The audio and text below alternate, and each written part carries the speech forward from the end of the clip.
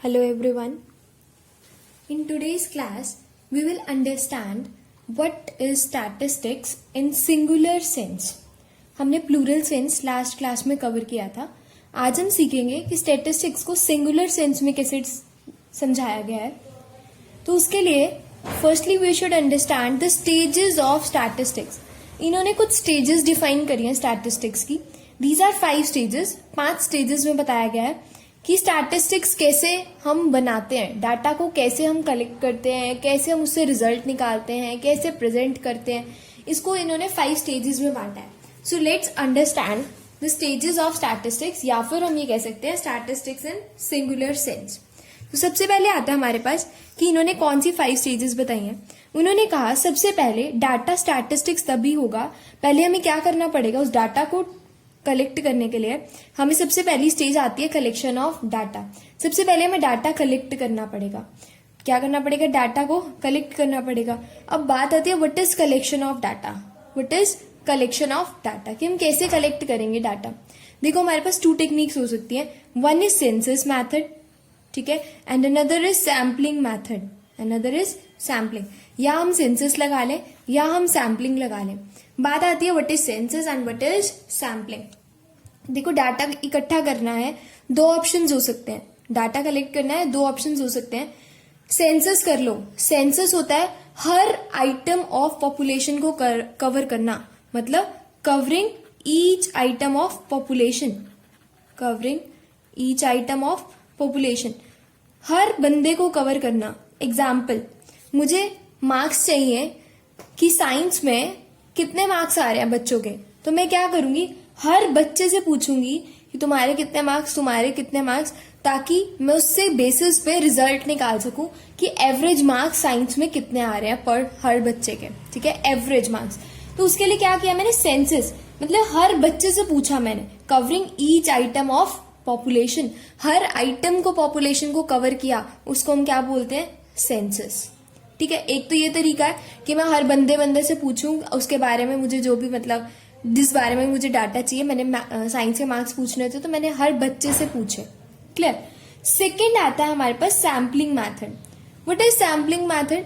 Sampling में क्या होता है, मैं क्या करूं कि मुझे जो डाटा कलेक्ट करना है वो सैंपल बेसिस पे कलेक्ट करना है. सैंपल बेसिस पे कलेक्ट करना मतलब तुमने देखा होगा कई बार सर्वे होता है. Have you seen the survey.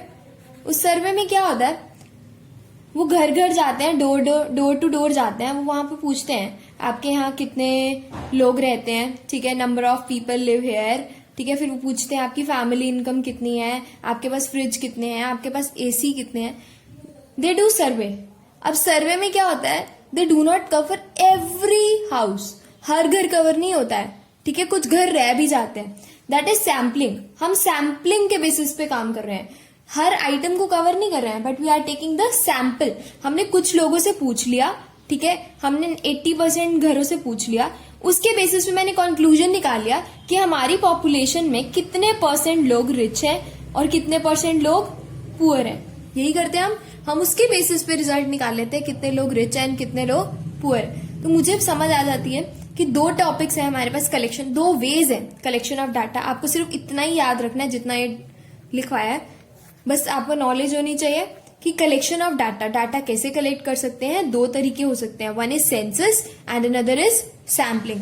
Census मतलब पूरी आइटम को कवर करना, पूरी पॉपुलेशन को कवर करना, हर आइटम को कवर करते हुए मुझे रिजल्ट निकालना कि क्या रिजल्ट आ रहा है. ठीक है, covering each item of population. और सैम्पलिंग क्या, हमने 80% आइटम्स को कवर कर लिया या 70% आइटम्स को कवर कर लिया और उसके बेसिस पे हमने रिजल्ट निकाला कि कितनी पॉपुलेशन रिच है और पुअर. सैंपल, तुम कहते हैं ना कि हमें सैंपल दिखा दो कि इस चीज का. अब ये नहीं हम पूरी आइटम्स चेक करते हैं, we do not check each and every item. हम रिजल्ट निकालते हैं on the basis of sample. 1-2 sample देख लिया, उसके बेसिस पे हमने कहा yes it is fine.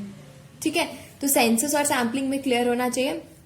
Next step आता है, डाटा मिल चुका है हमारे पास, हमने कलेक्ट कर लिया है लोगों के घर जाकर या फिर हमने कलेक्ट कर लिया है स्टूडेंट से जो भी पूछना था. सेकंड आता है हमें डाटा को क्या करना चाहिए. डाटा कलेक्ट कर लिया, उसके बाद उसको ना प्रॉपरली ऑर्गेनाइज कर लो. प्रॉपरली ऑर्गेनाइज कर लो.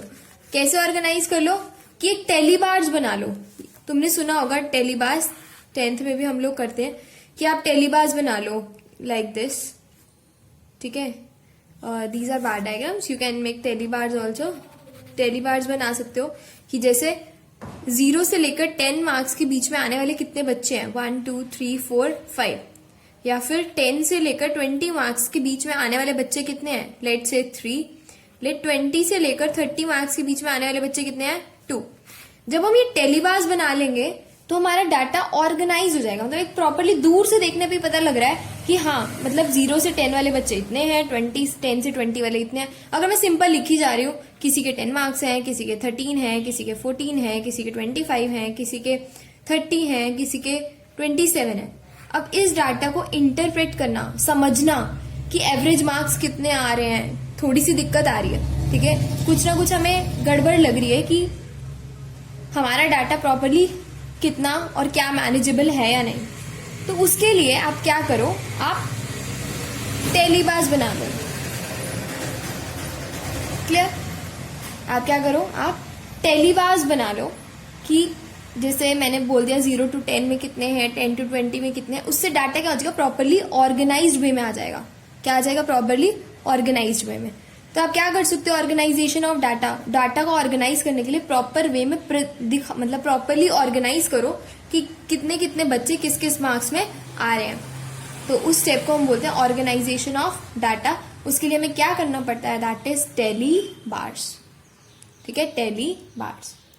नेक्स्ट आता है, हम कलेक्ट भी कर चुके हैं, हम ऑर्गेनाइज भी कर चुके हैं। अब क्या करें, अब मेरे को ये भी पता लग गया, ऑर्गेनाइज कर लिया मैंने प्रॉपर वे में। अब उस डाटा को क्या करो, प्रेजेंट करो। क्या करो, प्रेजेंट करो।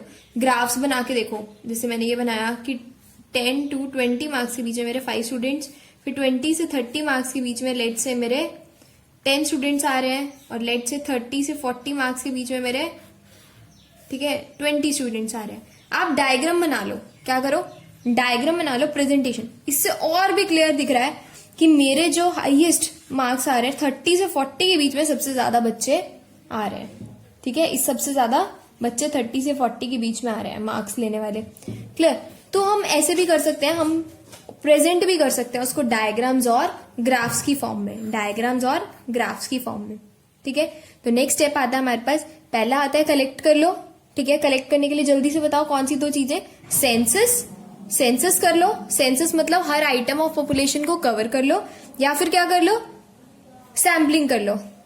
फिर ऑर्गेनाइजेशन ऑफ डाटा, डाटा को ऑर्गेनाइज कर लो, मतलब क्या बना लो, टेली बार्स, ठीक है, टेली बार्स वगैरह बना लो। उससे क्या हो जाएगा, डाटा प्रॉपरली ऑर्गेनाइज वे में आ जाएगा। फिर प्रेजेंटेशन, प्रेजेंटेशन मीन्स प्रॉपरली दिखे, दूर से दिखे। तो उसके लिए आपको क्या करना पड़ेगा, डायग्राम्स बनाने पड़ेंगे, ग्राफ्स बना के देख लो, ठीक है। नेक्स्ट आता है, जब हम डाटा हमने ढूंढ कलेक्ट भी कर लिया, ऑर्गेनाइज भी कर लिया, प्रॉपर में टेबल भी बना लिया, उसका डायग्राम भी बना लिया, अब क्या करें, अब उसको एनालाइज करो। एनालाइज करो मतलब देखो क्या पता लग रहा है इससे, एनालाइज करो, ठीक है। मतलब एनालाइज करना, आप एवरेज वगैरह निकाल लो। एनालाइज कैसे करते हैं, हम एवरेज निकाल लेते हैं कि कितने बच्चे कितने में आ रहे हैं, एवरेज, ताकि हम एवरेज निकाल सके और उससे रिजल्ट पता लगेगा कि एवरेज मार्क्स कितने आ रहे हैं। और इंटरप्रिटेशन, जो भी हमने एवरेज निकाल लिया है कि एवरेज 45 मार्क्स आ रहे हैं, उसके बेसिस पे हम रिजल्ट दे सकते हैं कि हमारी क्लास रिच है, हमारी क्लास हमारी क्लास मतलब गुड है, इंटेलिजेंट में है, ये कैसे भी है। आप interpretation of data, interpretation of data means conclusion देना, इंटरप्रिटेशन मीन्स कंक्लूजन देना, ठीक है। कंक्लूजन क्या करोगे, परसेंटेज वगैरह निकाल के आप कंक्लूजन दे सकते हो। क्लियर है? तो फर्स्टली वी हैव डिस्कस्ड कि स्टैटिस्टिक्स का मतलब क्या है सिंगुलर सेंस में। स्टैटिस्टिक्स का मतलब ही क्या है, 5 स्टेजेस में डिफाइन किया गया है। कलेक्ट करना, ऑर्गेनाइज करना, प्रेजेंट करना, एनालाइज करना और interpretation of data and interpretation of data. Collection करो, ऑर्गेनाइज करो डाटा को, उसको प्रेजेंट करो, ठीक है। एनालाइज करो, एनालाइज करो मतलब एवरेज वगैरह निकाल लो, और लास्ट में उसके बेसिस पे क्या दे दो, कंक्लूजन। इसी सेम चीज को I have written in a definition form also. Definition form में भी लिखा है, एक बार रीड कर लेते हैं। स्टेटिस्टिक्स में बी डिफाइंड एज, स्टेटिस्टिक्स क्या है, कलेक्ट करना, ऑर्गेनाइज करना, प्रेजेंटेशन करना, एनालिसिस करना and interpretation of numerical statements, और इंटरप्रेट करना किनको, न्यूमेरिकल स्टेटमेंट्स को। क्लियर है ये चीज, स्टैटिस्टिक्स इन सिंगुलर सेंस। इसको एक बार अच्छे से पढ़ लेना और कोई भी डाउट आता है you can ask any time. Next topic हमारा आज का आता है that is limitations of statistics. क्या है हमारे next topic? Limitations of statistics. Limitation of statistics का क्या मतलब है? देखो, लिमिटेशंस एक तरीके से जस्ट लाइक अ प्रॉब्लम, ठीक है। क्या क्या दिक्कत आई, क्या क्या लिमिटेशन हो गई, ठीक है, स्टैटिस्टिक्स में क्या क्या दिक्कत आई होगी गाइस? हमने पढ़ा था स्टैटिस्टिक्स में हम सिर्फ नंबर स्टडी कर सकते हैं, ठीक है। हम सिर्फ नंबर की बात करते हैं, हम कभी ये नहीं कहते वो रिच है वो पुअर है, ठीक है। हम ये चीज स्टडी नहीं करते हैं। स्टैट्स मींस न्यूमेरिकल नंबर्स की बात करते हैं, एग्रीगेट ऑफ नंबर्स की बात जब हम करते हैं तो ही वो क्या बन जाता था? स्टैट्स। यही होता था ना, तो वो क्या बन जाता था? स्टैट्स। तो आज भी उन चीजों को ध्यान में रखते हुए मुझे बताने की क्या क्या लिमिटेशंस है स्टैटिस्टिक्स की, क्या क्या लिमिटेशंस है स्टैटिस्टिक्स की, मतलब क्या क्या प्रॉब्लम्स आई स्टैटिस्टिक्स में। क्लियर? फर्स्ट आती है वही प्रॉब्लम, उसमें वो हमने पढ़ा था कि स्टैटिस्टिक्स में हम सिर्फ नंबर स्टडी करते हैं। तो ये मेरी एक प्रॉब्लम है कि हम सिर्फ नंबर ही स्टडी कर पाते हैं, हम इसमें बाकी चीजें नहीं स्टडी कर पाते। हम ऑनेस्टी के बारे में स्टडी नहीं कर पाते, हमारे फ्रेंडशिप के बारे में स्टडी नहीं कर पाते, हम रिच एंड पुअर के बारे में स्टडी नहीं कर पाते। मीन्स हम क्वालिटेटिव एस्पेक्ट्स नहीं स्टडी कर पाते। स्टैट्स में हम क्या नहीं स्टडी कर पाते? क्वालिटेटिव एस्पेक्ट्स, ठीक है। तो हम इन चीजों को हम स्टडी नहीं कर पाते, तो ये मेरी एक प्रॉब्लम है, ठीक है। ये मेरे को स्टैट्स में एक दिक्कत है कि मैं न्यूमेरिकल फैक्ट्स ही स्टडी करती हूँ, मैं क्वालिटेटिव स्टडी नहीं कर पाती हूँ। सेकेंड, हमने पढ़ा था कि हम सिर्फ group of facts he study कर सकते हैं, मतलब हम सिंगल नंबर को प्रॉपरली स्टडी नहीं कर सकते, सिंगल नंबर से कोई रिजल्ट ही नहीं आता। तो वही चीज कि हम इसमें सिर्फ एग्रीगेट से स्टडी करते हैं, ओनली एग्रीगेट्स। ये भी मेरे लिए प्रॉब्लम है कि हम स्टैटिस्टिकल फैक्ट्स सारे पर्टिकुलर यूनिट, एक पर्टिकुलर चीज, मतलब क्या है 40 स्टूडेंट्स, उस चीज को स्टडी नहीं करते हैं, हम ग्रुप को ही स्टडी करते हैं, वही स्टैटिस्टिक्स होता है। क्लियर? तो ये भी मेरी क्या है? एक लिमिटेशन है। नेक्स्ट हमने पढ़ा था डाटा क्या होना चाहिए? कंपेरेबल होना चाहिए। डाटा कैसा होना चाहिए? कंपेरेबल होना चाहिए, तो ही वो स्टैटिस्टिक्स बनता है, ठीक है। तो मतलब डाटा क्या होना चाहिए? होमोजीनियस। होमोजीनियस का मतलब क्या होता है? होमोजीनियस मीन्स सिमिलर, एक ही चीज का डाटा। ये नहीं कि हम किसी की एज को किसी के हाइट के साथ कंपेयर करने लग जाएं। क्या हम कंपेयर कर सकते हैं किसी की एज और किसी की हाइट? नो। हम दो बच्चों की हाइट तो कंपेयर कर सकते हैं, ठीक है, दो बच्चों की हाइट तो कंपेयर कर सकते हैं, but can we compare age and height of somebody? ठीक है, किसी की एज और किसी की हाइट लॉजिकल है? नहीं। तो कह रहे स्टैट्स में जो हम पढ़ते हैं ना, वो होमोजीनिटी होना चाहिए, मतलब डाटा सिमिलर नेचर का होना चाहिए। कैसा होना चाहिए? सिमिलर नेचर का डाटा होना चाहिए, ये नहीं किसी की एज और किसी की हाइट, ठीक है। तो हम इसमें हेट्रोजीनियस डाटा नहीं स्टडी कर पाते, किसी की एज और किसी की हाइट, ये चीजें हम ऐसे नहीं स्टडी कर पाते, क्योंकि वो डाटा कंपेरेबल ही नहीं है, ठीक है। हमने स्टैट्स की डेफिनेशन में ही पढ़ लिया था कि डाटा कैसा होना चाहिए? कंपेरेबल। अब यहाँ तो डाटा कंपेरेबल है ही नहीं। क्या यहाँ डाटा कंपेरेबल बन रहा है? नो। तो इसलिए वो कह रहे हैं कि ये भी एक प्रॉब्लम है कि हम सिर्फ होमोजेनिटी ही स्टडी कर पाते हैं। होमोजेनिटी एक एसेंशियल रिक्वायरमेंट है। Data of diverse qualities, diverse means अलग अलग, डाइवर्स मीन्स डिफरेंट। डाइवर्स का मतलब ही क्या होता है? Different qualities can't be compare, इसको हम कंपेयर कर नहीं पाते, ये भी एक प्रॉब्लम है मेरे लिए। Clear? Next, results are true only on an average.